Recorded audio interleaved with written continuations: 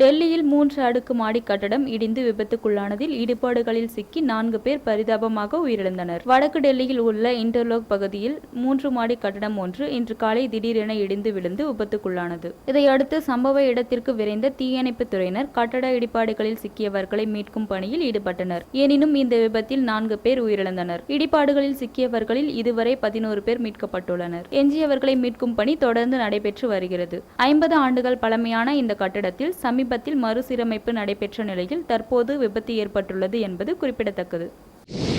பெரம்பலூர் அருகே உரிய அனுமதியின்றி 1700 டெட்டனேட்டர்கள் மற்றும் சுமார் 100 கிலோ வெடிபொருட்களை கடத்திய நபரை காவல்துறையினர் கைது செய்தனர். பெரம்பலூர் அருகே உள்ள சிறுவாஞ்சூர் பகுதியில் காவல்துறையினர் வழக்கமான வாகன தணிக்கையில் ஈடுபட்டுள்ளனர். அப்போது அந்த வழியாக வந்த வாகனம் ஒன்றை நிறுத்தி சோதனை செய்ததில் அதில் சுமார் 1700 டெட்டனேட்டர்கள் மற்றும் 100 கிலோ கிளறி எனும் வெடிபொருட்கள் இருப்பது கண்டுபிடிக்கப்பட்டது. வாகனத்தை ஓட்டி வந்த கண்ணன் என்பவரிடம் காவல்துறையினர் மேற்கொண்ட விசாரணையில் வெடிபொருட்களை உரிய அனுமதியின்றி கொண்டு சென்றது தெரிய வந்தது. இதனை அடுத்து வெடிபொருட்களை பறிமுதல் செய்த காவல்துறையினர் வாகன ஓட்டுநர் கண்ணனை கைது செய்து விசாரணை மேற்கொண்டுள்ளனர். சென்னையை அடுத்த மாதாவரத்தில் நடைபெற்ற விழாவில் 2400 பயனாளிகளுக்கு இலவச வீட்டுமனை பட்டாக்களை அமைச்சர் மூர்த்தி வழங்கினார். தமிழகத்தில் ஏழை எளிய மக்களுக்கு நகர நிலவரி திட்டத்தின் கீழ் தமிழக அரசு இலவச வீட்டுமனை பட்டாக்களை வழங்குகிறது. இந்த திட்டத்தின் கீழ் மாதவரம் பகுதியில் 522 கோடி ரூபாய் மதிப்பீட்டில் 2400 பயனாளிகளுக்கு அமைச்சர் மூர்த்தி வீட்டுமனை பட்டாக்களை வழங்கினார். இந்த விழாவில் மாவட்ட ஆட்சியர் வீரராகவராவ் மற்றும் அரசு அதிகாரிகள் பலர் கலந்து கொண்டனர்.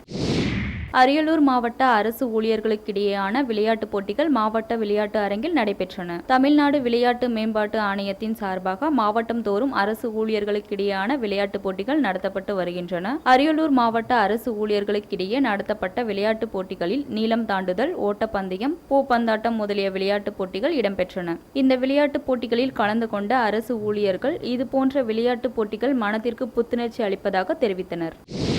ஆஸ்திரேலிய ஓபன் பேட்மிண்டன் தொடரின் அரையிறுதிப் போட்டியில் இந்தியாவின் சாய்னா நேவால் இறுதி சுற்றுக்கு முன்னேறியுள்ளார். ஆஸ்திரேலிய ஓபன் பேட்மிண்டன் போட்டி சிட்னி நகரில் நடைபெற்று வருகிறது. இன்று காலை நடைபெற்ற அரையிறுதிப் போட்டியில் இந்தியாவின் சாய்னா நேவாலும் சீனாவின் சிசேன் வாங்கும் மோதினர். விறுவிறுப்பாக நடைபெற்ற இந்த போட்டியில் தரவரிசையில் 6ஆம் இடத்தில் உள்ள சாய்னா 2ஆம் இடத்தில் உள்ள வாங்கை முதல் செட்டில் 21-19 என்ற கணக்கில் வென்றார். இதையடுத்து சிறப்பாக விளையாடிய வாங் அடுத்த செட்டை 21-16 என்ற கணக்கில் வென்றார். பின்னர் அதிரடியாக விளையாடிய சாய்னா 21-15 என்ற செட் கணக்கில் வென்று இறுதிப் போட்டிக்கு முன்னேறியுள்ளார்.